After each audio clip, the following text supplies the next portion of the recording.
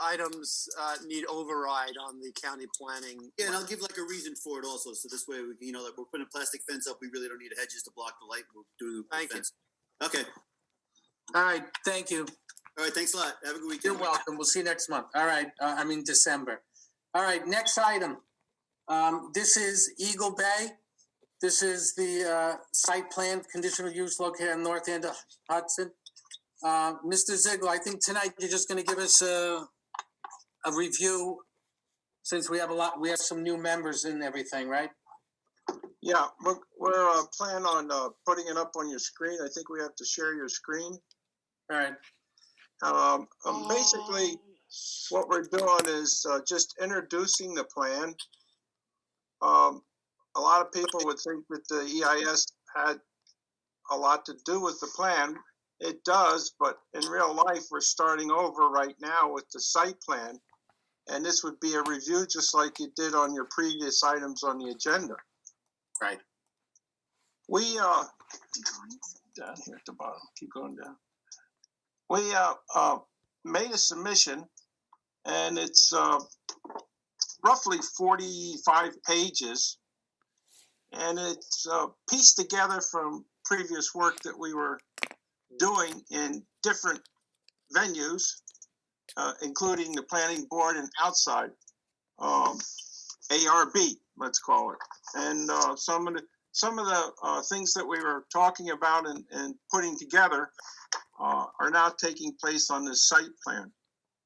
So the first thing we want to do, if we get this up here, is to show you the how we started. And this picture that you have in front of you, that would be. We're not.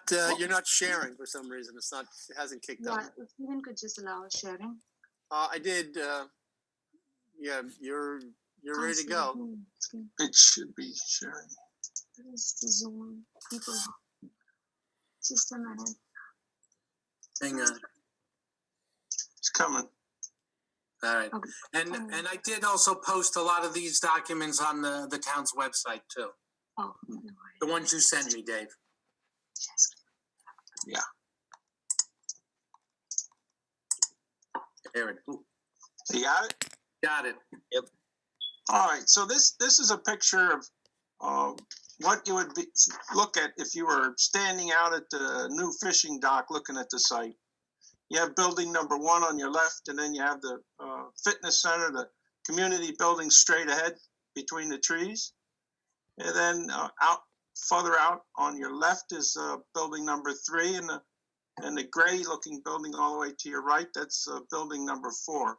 This all started with Mark Shulman coming into the board and laying out a concept plan for the property that had to do with the zoning that was created by the town board.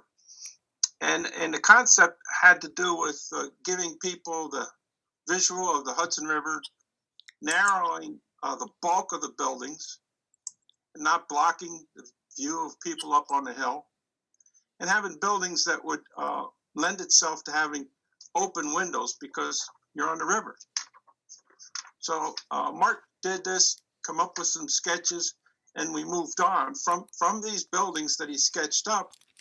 We moved on to the site plan. So the site plan was born from the building plans. The building plans are in front of you now, a typical one.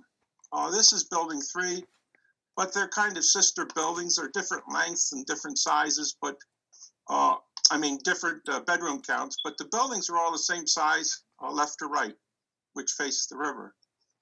On the right side plan, you'll see that that's ground floor. You'll see that there's a canopy on the right side of that plan.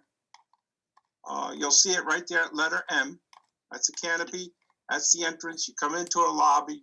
Can you use your cursor and show us what you're talking about? Yep. Yep. That's it right there. On your right, you can see the lobby, the tables and the chairs, and then you have the elevator shafts, and you'll have a desk that looks like a captain would be there to greet you. Mm-hmm. That's the front door. Totally opposite on the back side is what you would call the delivery door, the service door, the utility rooms, and you could get access into the lobby, as you see, from the back. The fronts of the buildings face each other. The plan on the left details how the bedrooms and the hallway goes east-west. It's an axis, leads all the way out to the one on the river. All the units that face the river are 3 bedrooms. They're the only ones. Only the ones that are 3 bedrooms on each building are the ones that face the river. And then the majority of the units are 2 bedrooms. The 1 bedrooms come up when you have an obstruction like the elevator shaft or stairwell. So there's very few 1 bedrooms. This is the building plans. These plans have been developed. They're basically ready for a building permit type of application because when you do a site plan, you're doing a site plan for a building permit. It's not like a subdivision when you put a theoretical house on. So these building plans are finished. The foundation has been engineered. The soil test for each building has been done.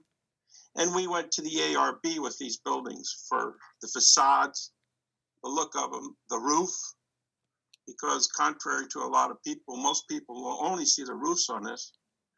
And we have been in front of the ARB, and now we're coming back. We're putting all this stuff together. And that's where it starts on the next page, which is page 1. That's the front page of the site plan. That's sort of like what you would call your index. You'll see right in the center is the layout with the 4 buildings. Number 1 on your left, number 4 on your right. North is to your right. The railroad is west of the buildings. It's going east to west, almost on the top of north to south on the top of the page. And then there's 2 other smaller buildings. The one in between 1 and 2, that's the rec building that was in the picture, the first picture.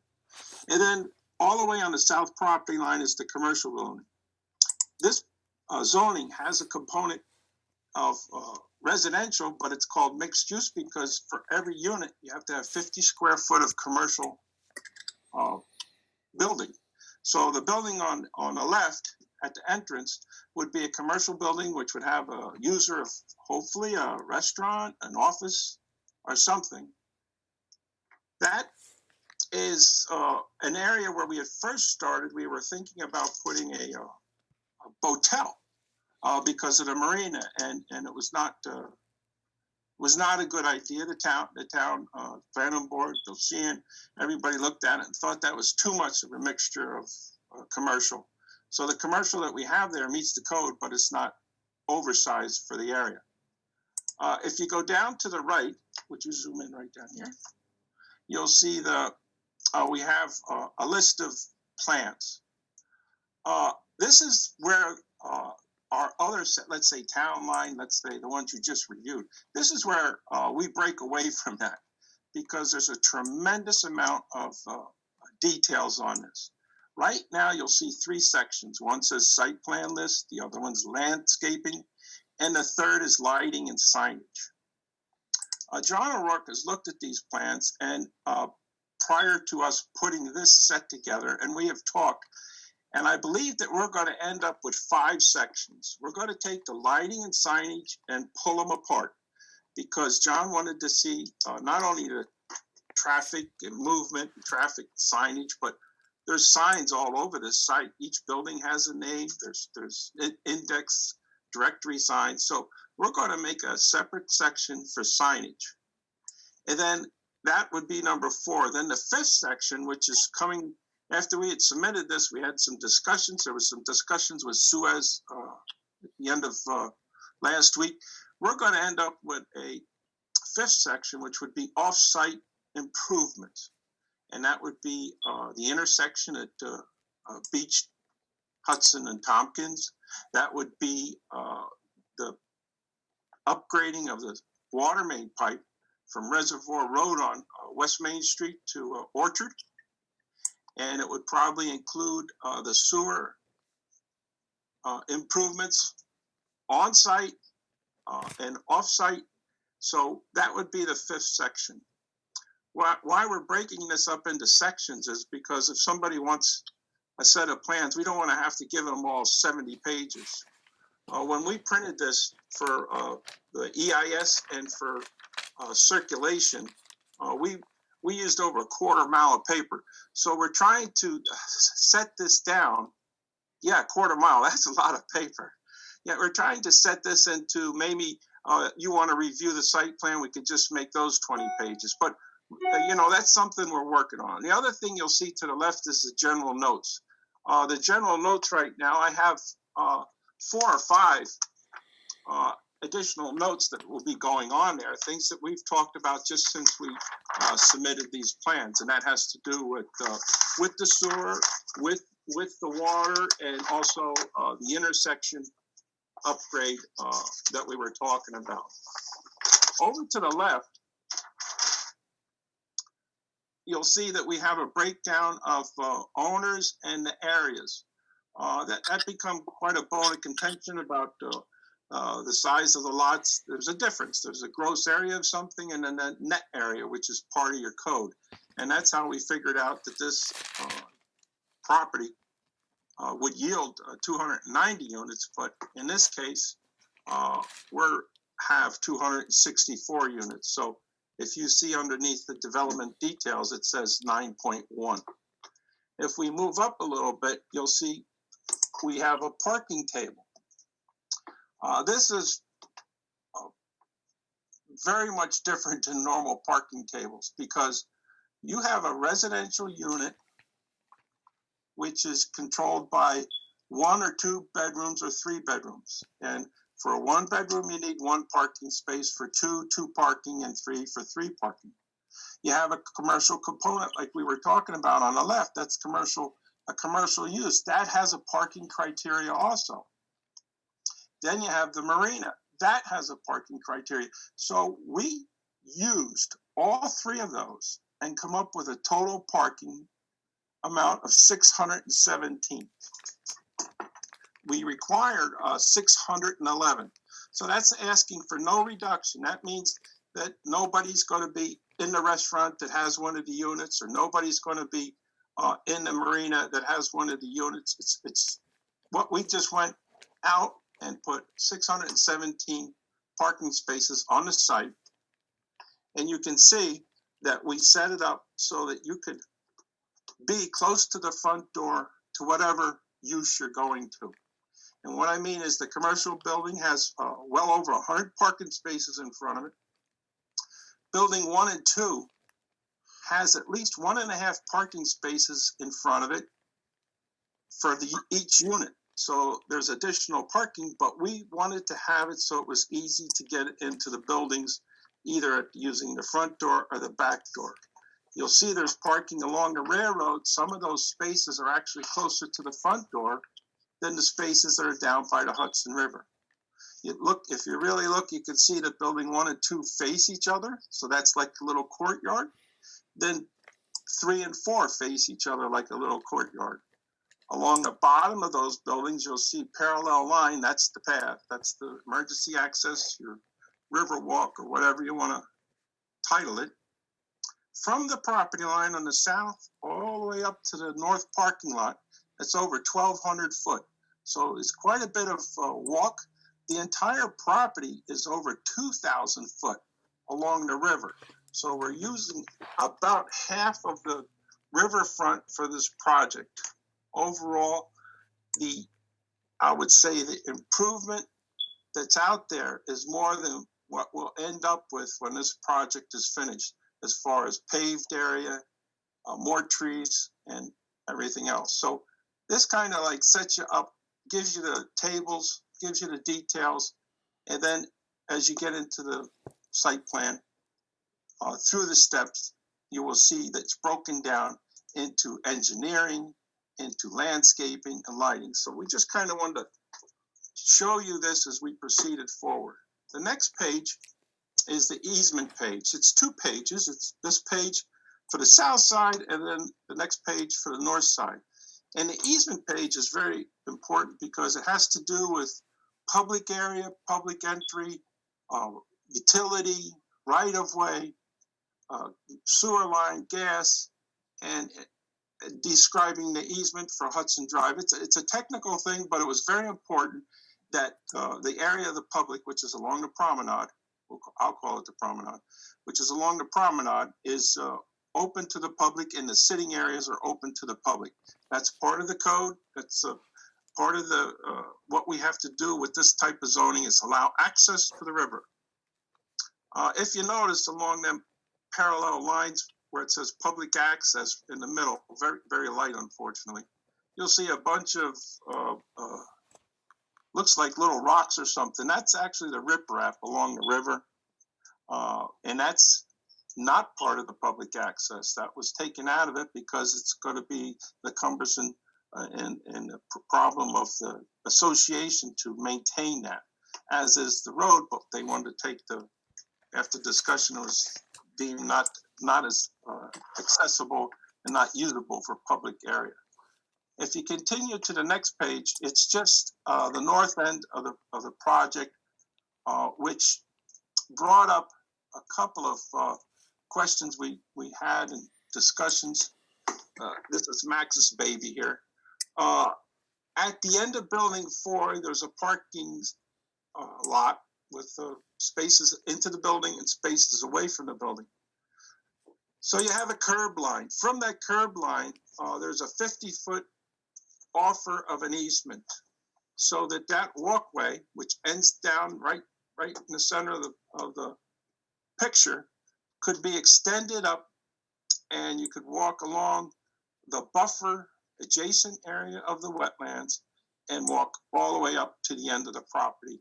That would end at the Battlefield property. It's an offer of someday, hopefully, they'll continue that. When we first started this project, we mapped out the walking path from the Tappan Zee Bridge all the way to the Stony Point Battlefield, but unfortunately, it didn't work out. Maybe later it will. Also on this, you can see the immense size of the New York State DEC wetlands. That's over on your right. It says NYSDEC wetlands. You want to go to the next page? The next page we have is the existing conditions. This is not pristine woods out there. This is a redevelopment of a site. At one time, before Sandy, it held well over 500 boats. It had different size slips and a lot more docks, which it lost from Sandy.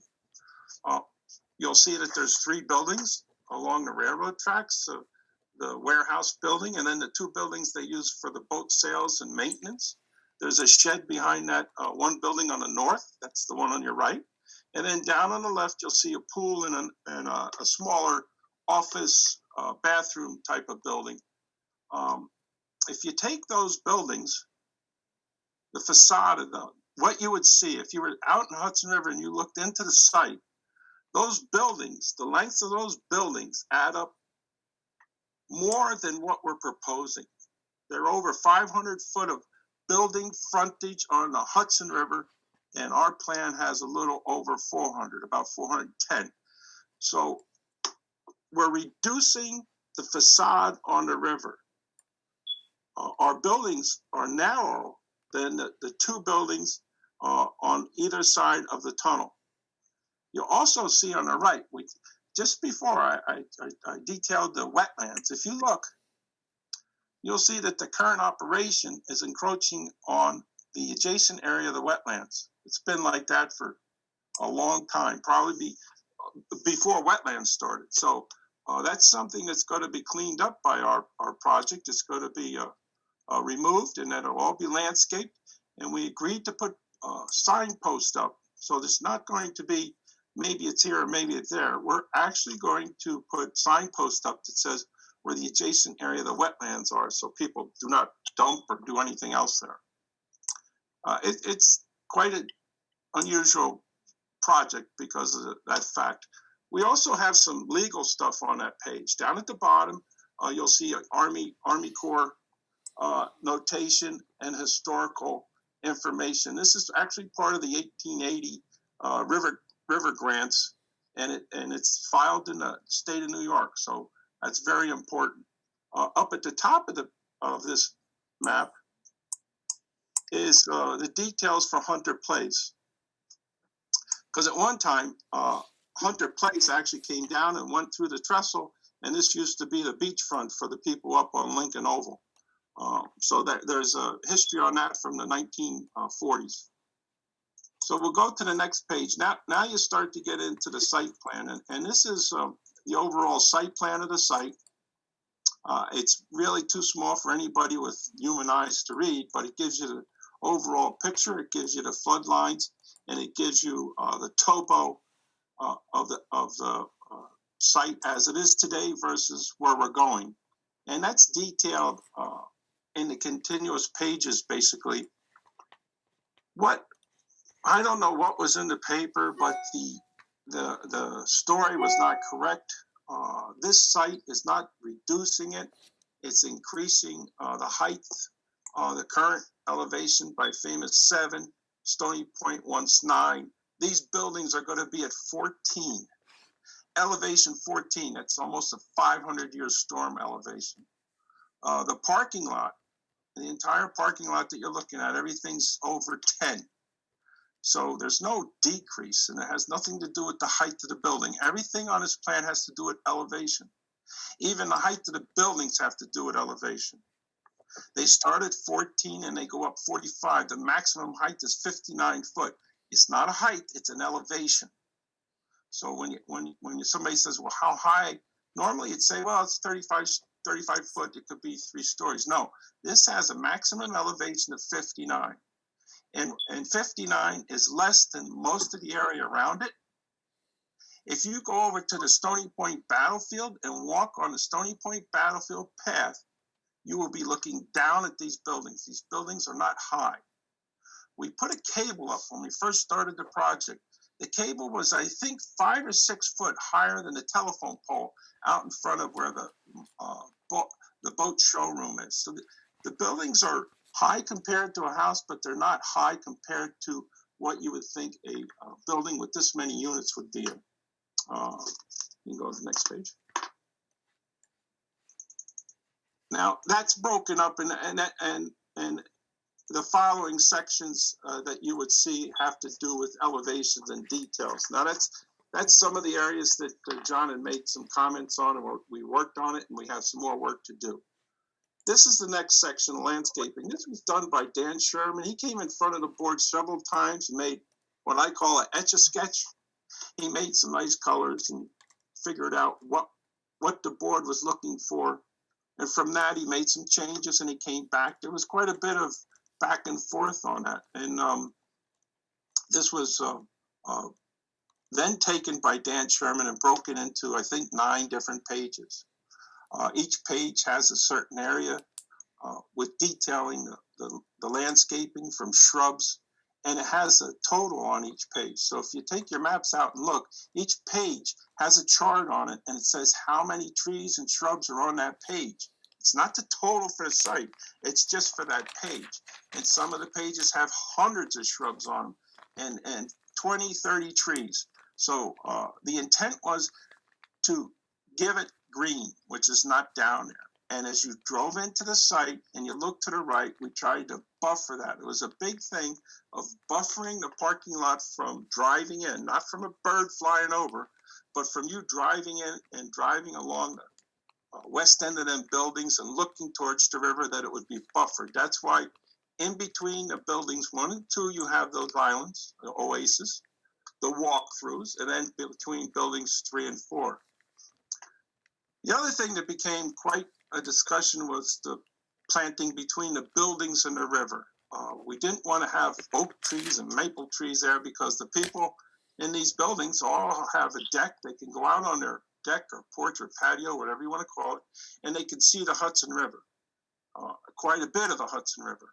So we didn't want to have high trees. So most of the trees and the shrubs in here are low and trimmable shrubs that they can be like lollipops, I call them, where the tree grows up and you can keep trimming it so it just stays nice, round, and fat and doesn't grow 30 or 40 foot up in the air. This plan was reviewed by Steve Marino, Tim Miller, who the planning board wanted to review it, He had a lot of comments. He was very thorough. We went to the ARB. He came to the ARB. He discussed it with the ARB. They made more changes, and finally that was approved. But this is approved by the ARB. Has nothing to do with the planning board. Just a referral. On the next page, you can see what I was talking about. It has a blow up. They're kind of, to me, they're overdone. But when you start getting into the buildings and next to the buildings, you really need that area. And that shows just the entrance, and it's going to be tree lined. And then as you come into the site, there's other pages. Up on the left is the planting details, and then up on the top is what I was telling you about the chart of all the different bushes and trees and shrubs. The next one is more of a detail, and that would be like right there around the building. You could see that he has the parking lot between the commercial building and building 1 detailed in shrubs, and then he goes and he breaks it up into the bottom left and then along the walk. Each one of these are detailed so that they can do a shrub count, and when it's over, you can see that the planting matches the plan. We're going to move down to the next one, and this is where I was saying it's very detailed. And that's the center. You can see that residence center. Around that is all shrubs and trees. That's on the box to your right there. If you pull your plans out, you could see the amount of trees and shrubs. The square thing on the left, that's your biofilter. You have a biofilter at the end of each building. That's where all the drainage from the parking lot's going to go into that biofilter. That's a recommendation by the New York State DEC, and then it drains out into the Hudson River. So we have, I think, about 7 or 8 drains into the Hudson River. We have what we call a home run drain. That's a drain from the trestle all the way through, but everything else goes into these biofilters. And the building tops, and then it goes into the river after it goes through the biofilter. This, again, was all reviewed for wood chips, the type of shrubs that work along the Hudson River. And Dan Sherman is very good at that. He does a lot of work in Piermont and is on the Piermont Tree Committee. Next, we're going to move on to lighting. Lighting is, to me, is a serious thing when you start talking about the Hudson River and areas that really it's dark. So if you went out and you put lights on this like a shopping center, it would probably look like some of the things you see when you come up the Parkway. And that's not the intent and wasn't the intent. And this was also reviewed by Steve Marino and went back and forth between the lighting company, who are experts at this, and suggestions by Dan Sherman and Steve Marino. We have short poles. The poles are not high. They're 20-some foot high, including the piers and the top. And they're LEDs. Every light on the site is an LED, which is a massive improvement from normal lighting. You can adjust the lighting to be bright. You can knock it down to security. You could turn the light off. Each one will be separately. And the point of that is the parking lot is going to be like a parking lot. It's going to have light poles in it with lights. And those lights can be bright for security reasons when the business is working in a commercial in the parking lot. And then around 10:30 or 11, it could be turned down. And when we first did that, and we looked at that, when we wanted to go turn the lights down, it was too dark and it didn't seem safe. So back and forth with the applicant, we come up with these bollards. Ballards. Whew, that's a good one. Ballards. If you look around the outside of each parking lot, there seems to be like bright little lights on the edge. And then if you look on the walkway, the lights are not as intense, but you can see there's many more of them. There's 50-some lights around the buildings and well over 100 on the walkway. And these are only 3 foot high and there are walkway lights. So the intent here is to knock the parking lot lights down, turn them down when you get into the later time in the evening, but yet the security would be there for walking on the path, whether you're in front of the building or on the pathway. And then we have different lights along the roadway. The roadway would be what I consider coming in Hudson Drive, and that road along the west end of the property from the south all the way to the north. They are street lights, and they'll be a little brighter, but again, they're very directional. You can tilt them, turn them. They're solid on the top, so they're not sky glow. And there's no windows on that end of the building, so that's pretty secure for just street lighting. So there was a lot of studying here. It went back and forth, and this isn't part of the package, but to me, it's very important. You can see that how the site is lit, and you can see the glow off the site, the second picture. And then one of the page details show that. And all those silly little numbers there are the ISOs of each light. And Steve Lopez went through every one of them, and he picked up areas that they were too bright or not enough light, and that's what brought on this walkway lights that we have. So there was a lot of work on this, a lot of intention on security, but yet we didn't want to have a shopping center look to it after 11 o'clock or so. And then that's all going to be driven by the residents. If the residents want to have the lights brighter, they can. If they want to cut them down, that's the good thing about an LED. There's so many things you could do with it rather than a normal light that we have in the other shopping centers. The next page is also lighting, and it shows signage there. That's one of the things that I should say John discussed with me. We're going to take the signage off. So all the signs, all the handicap details, now accessible details, all those will be put on a separate section, and it will be taken off the lighting. So if you're just looking for lighting and lighting details, that would be on this section. Again, this is lighting of one area. And then this is the next one down is the lights themselves. They're dark sky, they're gray. And that's where we get into the ARB. We went to the ARB with the lights.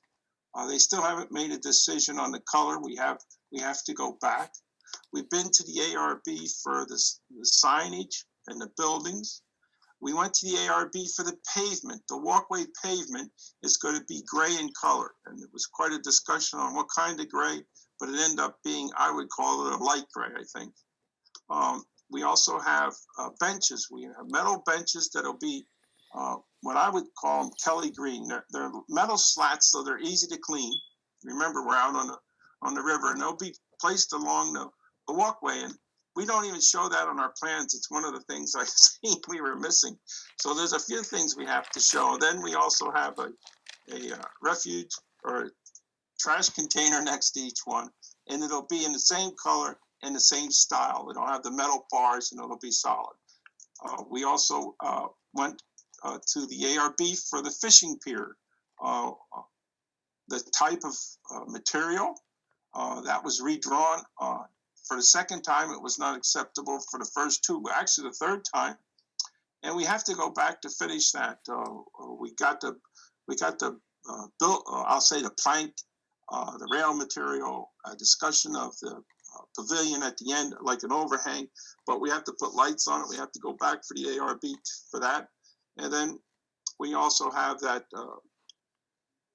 structure in the front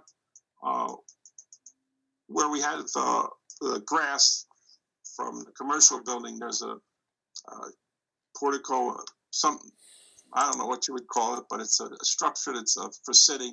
And there was a discussion on the roof. They thought the roof was too steep, and we were modifying the roof. We kind of stopped going to the ARB in early March, and you can figure out why. But we do have to go back and get some of these things. But we processed on a lot of this and moved forward, and Now what we're doing is we had the map circulated. We're going to receive comments back from the various agencies like you normally do for site plan. We should have that pretty close to the next workshop. And then we'll hopefully we can actually have a real meeting where we could put up more pages for you. But we thought that this was the way to introduce it because we've worked on certain areas. Some of this stuff we discussed almost 2 years ago. Some of it well over a year ago. So we're now putting everything together. This was the first shot. I have a lot of red ink on my map, so there's some things we got to do, and there's all the further review by John and whomever, and we'll address those comments as they come in. So hopefully you understand where we're at and where we're going and what we've done so far. And then if you review the maps and have comments, we were talking amongst ourselves that if you want Dan Sherman to come in or you want Mark Shulman to come in to explain stuff or show you stuff, we will do that. And if you want to see what's the ARB approved, you really have to go to see Mary because she has the materials and stuff, and we really can't put the colors on the map. So when we do the signage, as we were talking about in the fourth section, it's going to be more size and look. It's can't really give you the blue colors and things that are incorporated in it or the building colors. So there's a lot of information out there, and maybe this map right now has about 70% of it, but there'll be a lot more before we're finished. All right, good. Thank you, Dave. That was, like you said, we're, right in the beginning stages again, going through and just get everyone up to speed. John, do you have any comments at this time? I lost John. No, not at this time.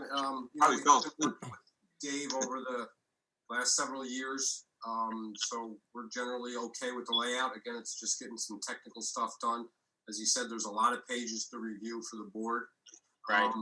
But generally it looks, we're very happy with the lighting and the landscaping. Both your other consultants have pretty much signed off on both of those. So now it's just going through some engineering details and confirming drainage and slopes and some other stuff. But generally it's come a long way in a long time. Right. All right. Thank you, John. Max, any comments at this time? I just want to draw attention to a couple things. During the seeker review, I think everybody knows, we spent a lot of time talking about environmental impacts and various subject matter over the course of the last 2 years. And there have been some project modifications during that time in response to different things that came up. So I think it's worthwhile to point out that when Dave was going through the landscape plan, one of the things that they did that isn't on Mr. Sherman's map yet is they did reroute how the public accesses the waterfront space if they're walking in off Hunter. Correct. So I think they've taken some attention to how those things are treated. And we'd look to see that updated on Mr. Sherman's landscape plan. I'd also ask if Steve Lopez and Dan Sherman had gotten into the landscaping in the adjacent buffer, the wetland adjacent area. In the DEIS, the applicant has stated that that area would be reestablished with appropriate vegetation, and that probably should be reviewed to make sure that that's being done according to Royal. Dave, you said the ARB is taking up the color of the lighting. By that, did you mean the color of the fixtures or the color of the light? color of the fixtures. Okay. Basically looking at the color of the fixtures, they like the fixtures and they like the heights, we're very low, 22 foot, I think. But there was a discussion on the color because there was a question on the color, and I have it sitting over here. but we never got back to the ARB. So Okay. we have more things to do, but, you know, when the ARB just restarted again, we wanted to come to the board and run a lot of this past you so you knew where we were before we move on. Yeah, so those are just some things that came up tonight, and you know, I will be reviewing the site plan and providing my comments for your review, just as John has done also. So with that, I really don't have any other comments except to say that the applicant is awaiting my revised draft of the finding statement. John O'Rourke and Lincoln Tully have generously taken the first step at that and helped me out. I got that earlier this week, and I just have to wrap it up. I expect to have that to the applicant by tomorrow. Thank you, Max. You're welcome. Thanks, Max. Steve, any comments at this time? Yes.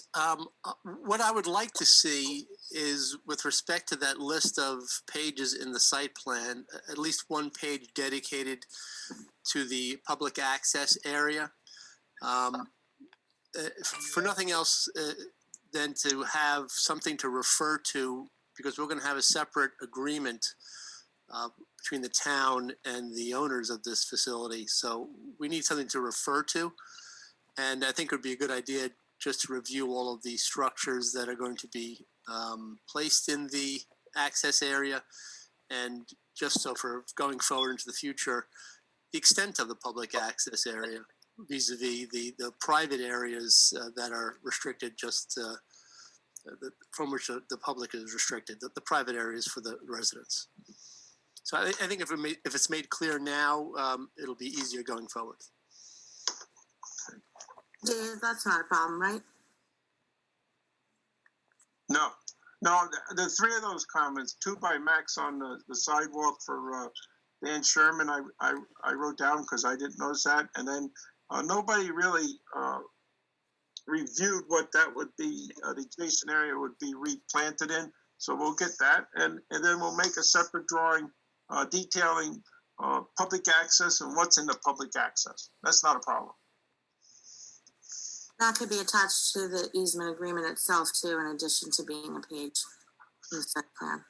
Yeah, I think we'll need something for the easement agreement, basically. Yeah, file it. And if we can refer to just a page in the site plan, that would be great too. Mm-hmm. We All can right, do good. that. Good. Thanks, Steve. I know for the board, I know for the last several months, the board attacked things. We've made our comments, and the applicant's been, addressing those. So I'll just go through now just to see anything else going forward. Jerry, any comments at this time? No. All right.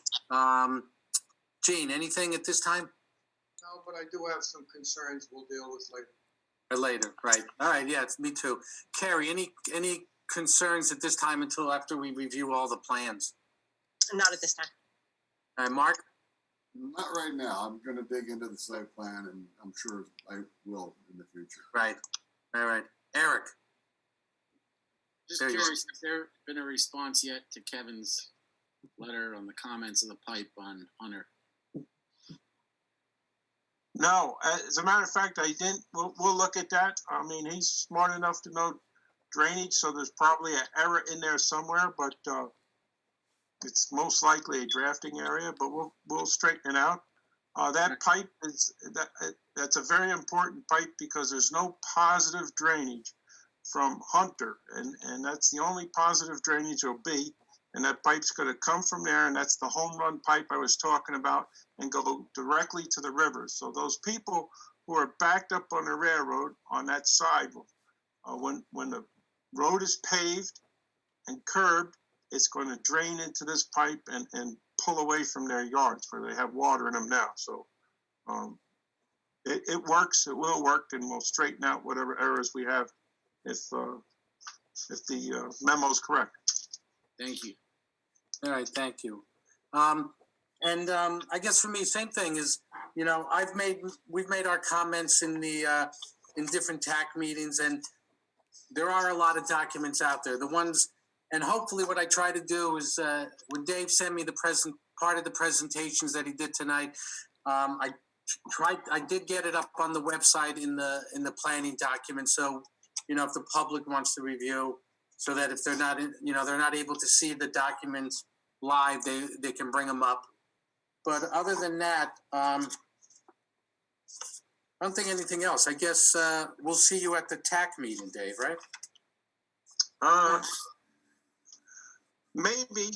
I'm planning on being out of state, but I might not be able to go. But yes, somebody will be there. All right. Thank you. Dave. All right. Thank you for your time. Hey, thank you, Dave. Just next thing is our TAC meeting, November, December is going to be combined. So November 12th will be our TAC meeting, and our next planning board meeting, the November, December is going to be December 10th at 7. Currently, I'm just waiting for the town to get me set up. I want to try to use the senior room. And right now we're working on the acoustics, the microphones, and that's what I'm waiting for before I can do an in-person meeting. So right now, tentatively it's Zoom, but hopefully I'm trying to get something in person and try maybe to do both. But just keep looking at the website, and that's where you're going to get the information. I just tell everyone, anything I get, I'm going to put on the website to update everyone. So that's the place to look. Other than that, I just want to thank everyone for joining. Then we'll get to the minutes. September 24th minutes. I need